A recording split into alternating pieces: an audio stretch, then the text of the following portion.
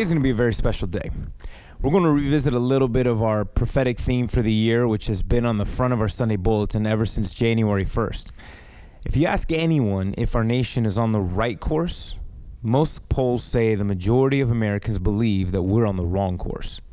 Now, our commitment here at TGC for 2012 was to be a people that individually chart a new course for ourselves and for our families.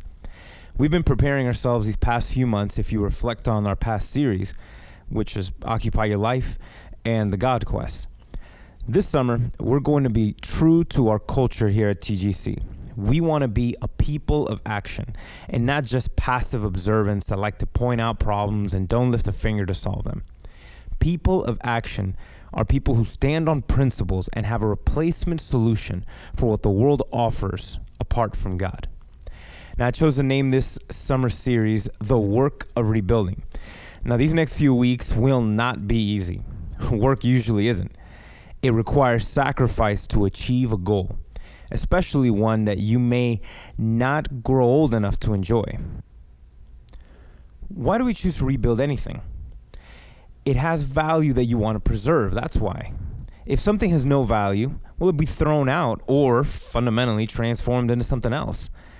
God is calling us to rebuild because it reflects a sense of recapturing what's been lost and preserving it for future generations. Has anyone watched the movie Cars before?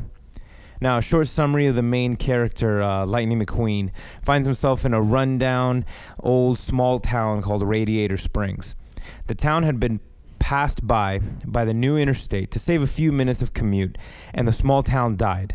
Well, similar to a lot of what's happened in real life.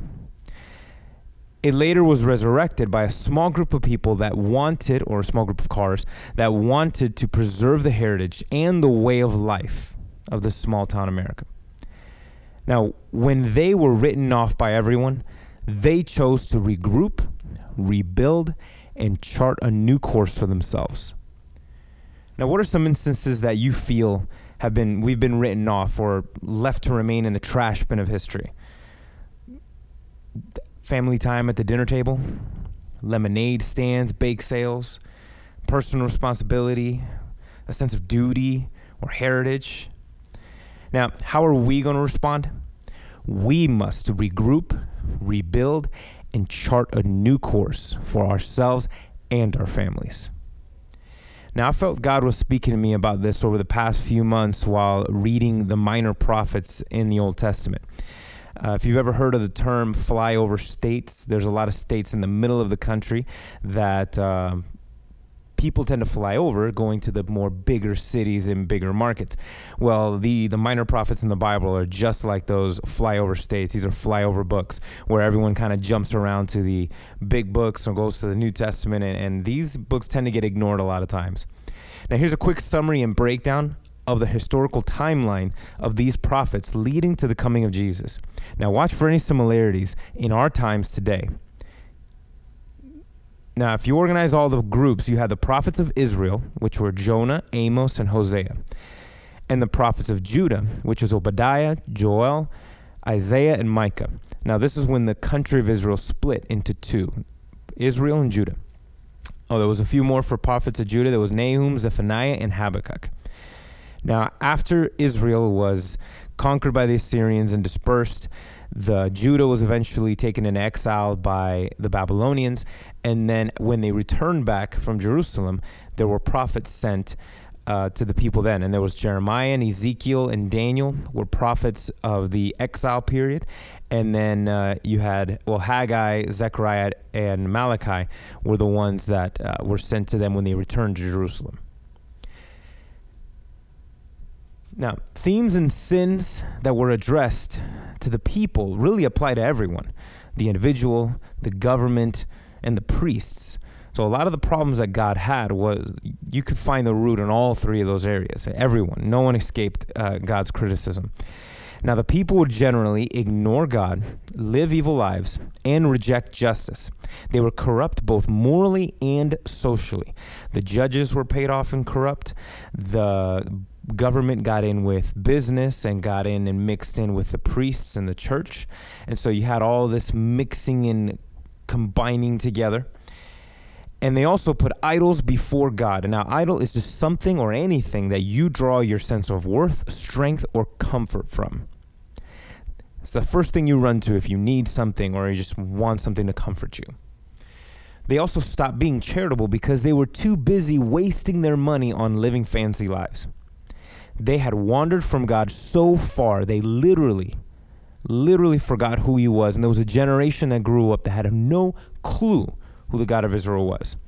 Now we know this because King Josiah was one of the last good king before Judah was taken into exile. King Josiah was the one who found the book of Deuteronomy that Moses wrote. And the whole nation repented before the Lord when they read the truth and when the truth was restored. Even that wasn't enough, though, because they rejected God and they were still taken into exile.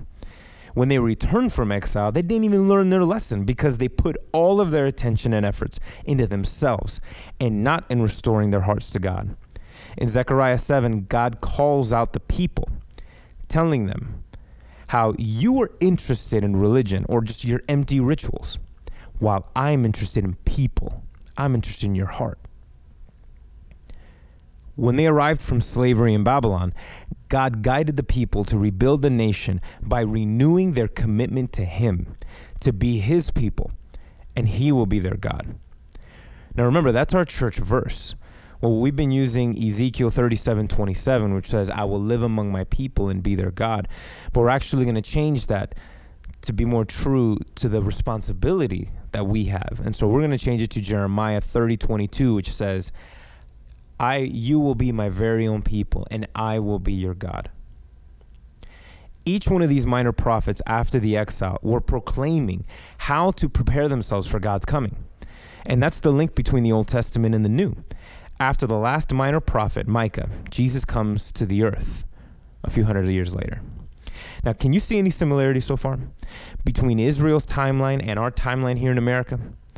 The Pilgrims and many involved in America's revolution all the way up to the 20th century, all of these Americans believed, or most of these Americans believed, God had set America aside for a divine purpose. Now, in the coming weeks, I'm going to lay out this case and also develop the leader inside of you. But for now, I want you to see how the similarities are so incredible. This area of the Bible helps us to better understand our world today and the course that will lead us to a better tomorrow. Some are paving the way now. Now, there are many people trying to chart courses for our society. You have groups like Occupy. You have big organizations funded by rich people with agendas like things like the Tides Foundation. You have groups like Black Panthers. You got Nazis.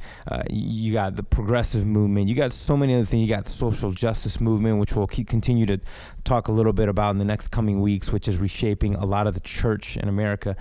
And you got, all these other groups as well. You got the, like 9/12 groups that you guys are familiar with, the Tea Party or Freedom Works, or there's so many things out there and so many groups out there that are actively charting a new course for society.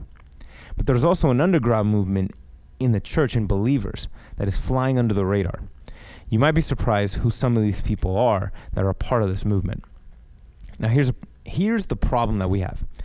As a culture, we are moving away from our traditional values. We are moving away from people of excellence, of doing things to the best of our ability, to just adequacy. Like, that's okay. That's enough. We're moving away from being a people of optimism, believing that better days are always ahead of us, to being a very pessimistic people, which believe that, our better days are behind us. We used to be about the common good, where, we were about the individual, but we understood our responsibility to love our neighbor. And so we would make a sacrifice and take care of one another, compared to this individual advantage when I just want mine, give me mine, and I'll step over you to get it. We used to believe in delayed gratification,